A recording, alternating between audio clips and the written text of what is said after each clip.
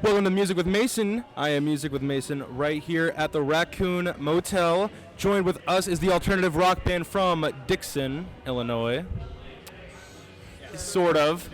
We got Lobotomite. I just wanna play Super Mario 3. I just wanna stomp on every Goomba I see. But I'm just a slave to my currency, and I only live 2 days a week. How are you guys doing today, right now? We're thrilled to be here. Yes, very excited. Yeah, having a good time. Looking forward to seeing Plunkett play and us playing as well. That's right, it's Plunkett's 15th anniversary, so props to them. Sticking it together for this long, it's magic, you know. So you guys are pretty well known for your songs Morbius, Dr. Manhattan, and American Dream. So what can you tell us about one of your first concerts at the Rosbrook Street Fair outside the Rosbrook studio? Sure. So our first concert there was at a NDF spinoff, I believe. So we were actually in a metal group called Nuclear Dumpster Fire, and it was a nuclear dumpster fire. It's totally badass. But what ended up happening is we kind of modulated and members changed, whatever. We kept the same lineup. We got invited back next year. I think the only original we had at that point was Super Mario 3. But we have a long-standing relationship with Kathy Cicchetti, I believe is her last name. She's the... We debuted Morbius at that show. Right. Well, and it's just a fantastic space. I mean, really, it's a community-owned, volunteer-run venue, and sadly, I think it's defunct. They're working on it. Yeah, talk about Kathy. I don't know what's going on. I just know that they're currently working on trying to figure out how to either restore the building, the floor is bad or whatever, so they're... I have some information. So they're looking for a new location right now, but what they're doing is they're taking donations because it's all volunteer-based. So if you look up Rosbrook on Facebook, will have links to donate. If you could donate, that would be very helpful to them. Yeah, shout out to Rosbrook. So yeah, of course. So what can you guys tell us about the Jordan Creek Music Recording Company? So Jordan Creek Record Co. is what I have been billing under for the last few years for projects that we've been doing, also projects for other bands. More recently, we've been doing stuff for Braver Than I, local QC group, as well as Backhand Betrayal, group from Freeport. And then this summer, Jordan Creek Record Co. is doing a full-length LP. Devin Lott is guest engineering on it. We're co-producing and engineering.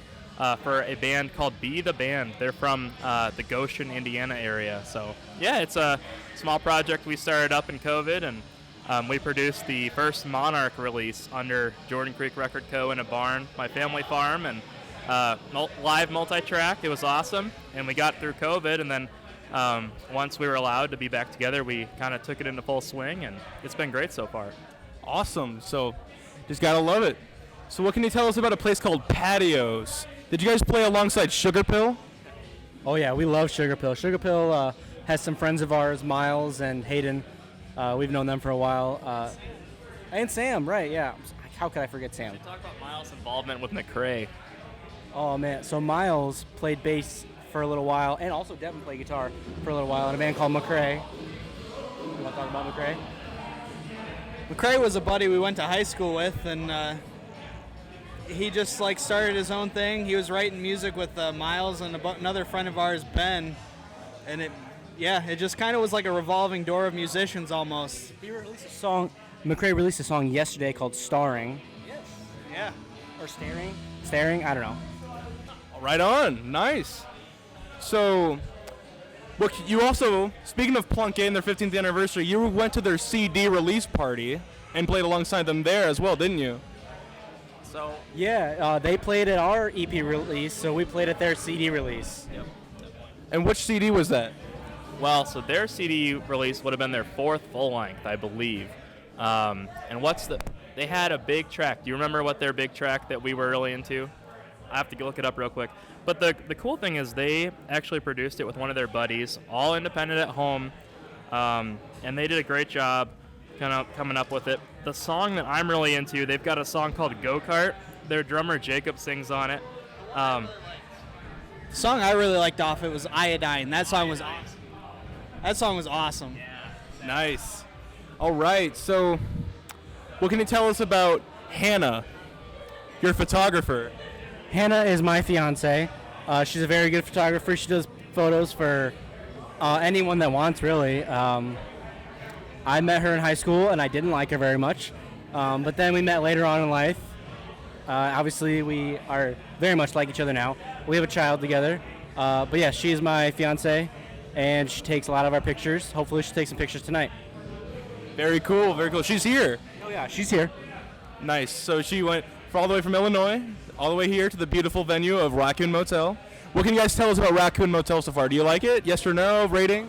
Yeah, so I've been here once before for a show. We came and saw the Beths all the way from New Zealand. They were here on their tour, and they totally kicked ass. That was, 2022 probably for their U.S. tour, or early 2023. But they absolutely killed it. The sound in there is great. It's an intimate room, but the engineer knows what he's doing, and we're really stoked to be invited to play here. Very cool. What about you? What was the question?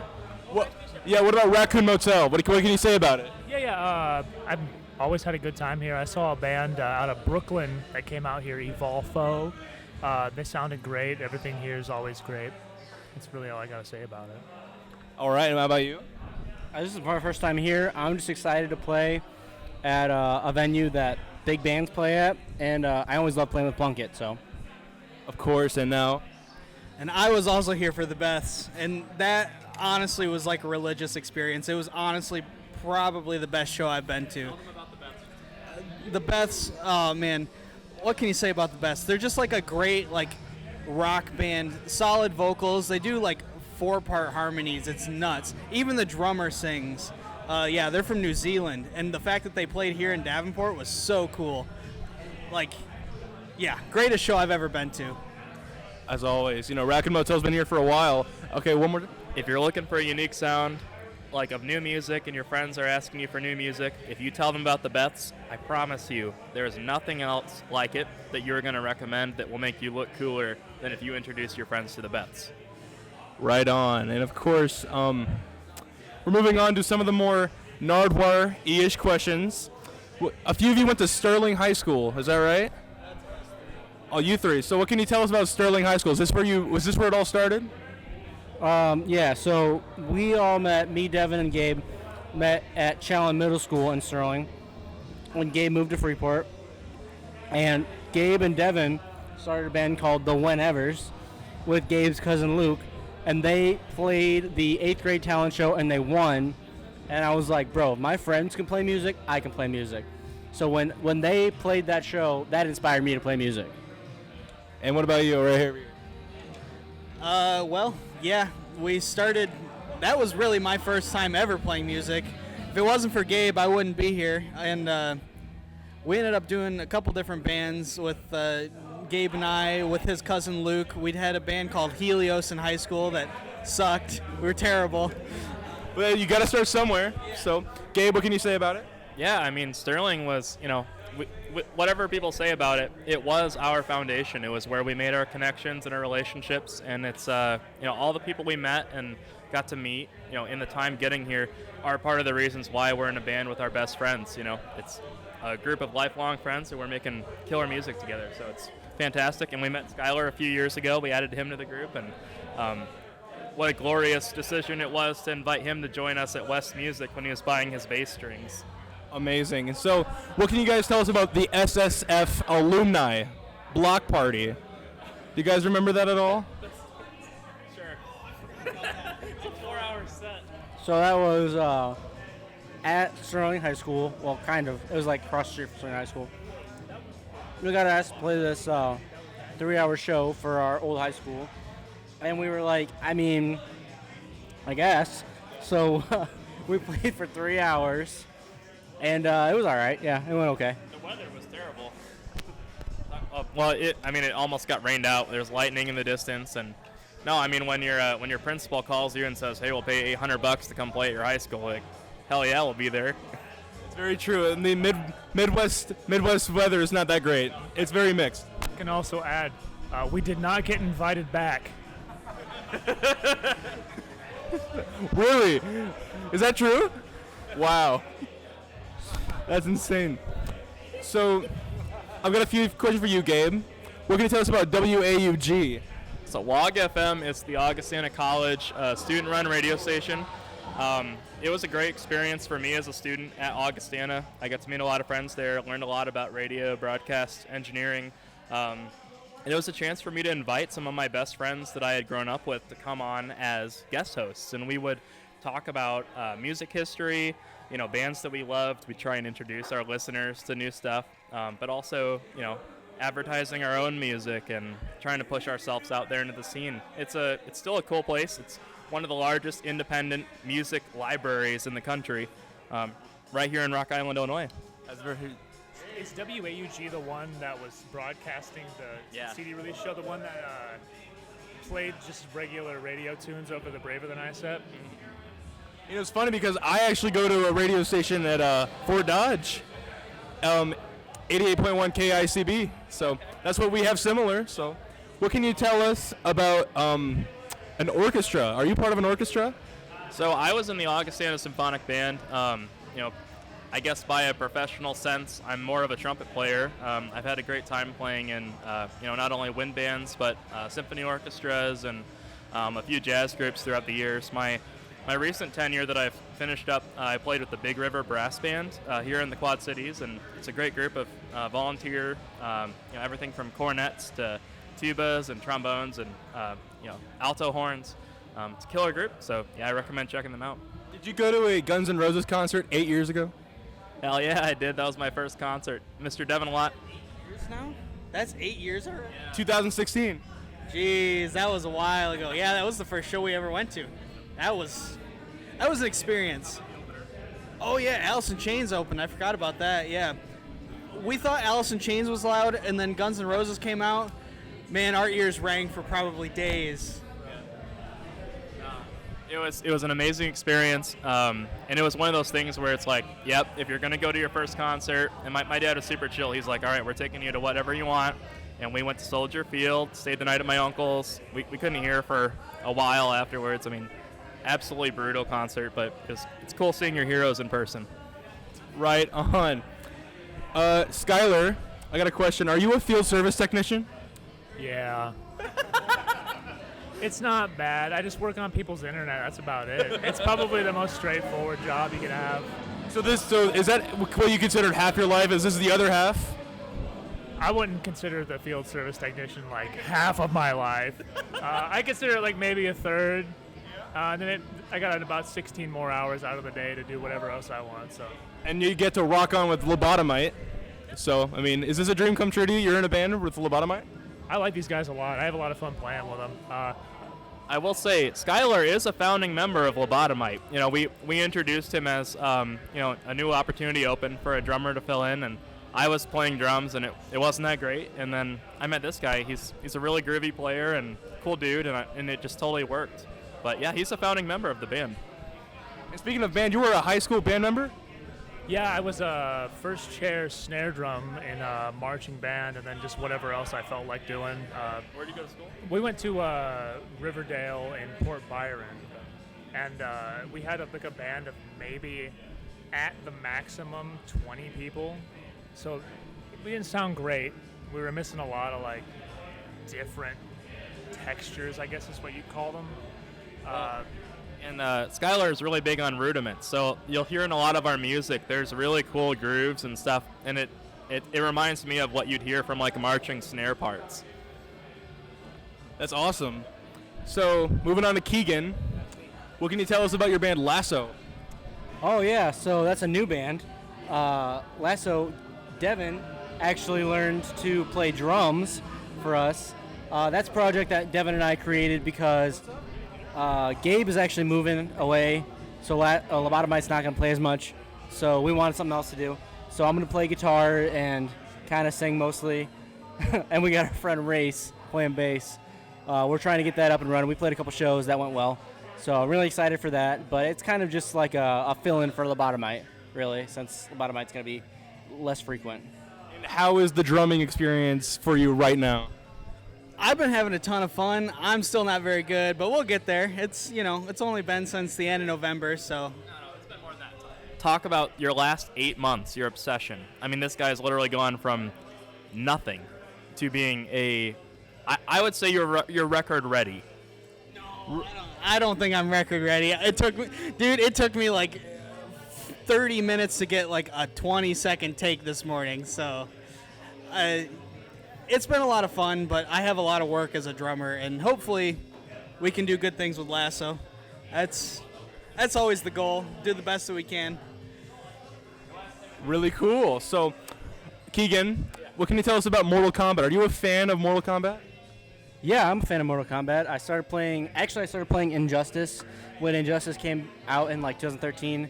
Well, actually, like the first game I ever played was Mortal Kombat when I was a kid, but I really started playing Mortal Kombat in probably like 2013, 2014 in high school. Race, who's the bass player for Lasso, got me really into Mortal Kombat. So I would say I'm pretty good at Mortal Kombat. My main is Sub-Zero. If anyone wants to 1v1 me. Sub-Zero's the GOAT. He is the GOAT. Yeah. What about Injustice? Who's your main in Injustice? Aquaman. Respectful. That's very valid. Is that what the kids say these days? Valid? It's very valid. No, it's what is the terminology? I'm too old for this. No, I mean I'm still using words like bet and mid, and those are old at this point. I've got an old soul, so I don't really follow along with that stuff. But I'm not sure why I wrote this question down. Did you used to draw a lot back in the day? Oh yeah, I still draw. I almost went to art school, but my parents were basically like, "No, you need to get a job that makes money." So I went to engineering school. But yes, I still draw. My dream job was to draw for comic books. I love drawing, and I love comic books. That's really respectful. I love comic books as well, so at least we got some comic book fans in the house right now. So we're down to our final 2 questions here for you guys. If you could have one final meal before you passed away, what would it be? Starting off here with Gabe. So I have one of my best connections I've made in the last year. A good friend. I know. Hold on. So his name is Agreem Regmi. He's a great, cool kid from a small city in Nepal. And he came and he worked with me, and we mixed some concerts together. But he actually made butter chicken for me and my wife, Zaina.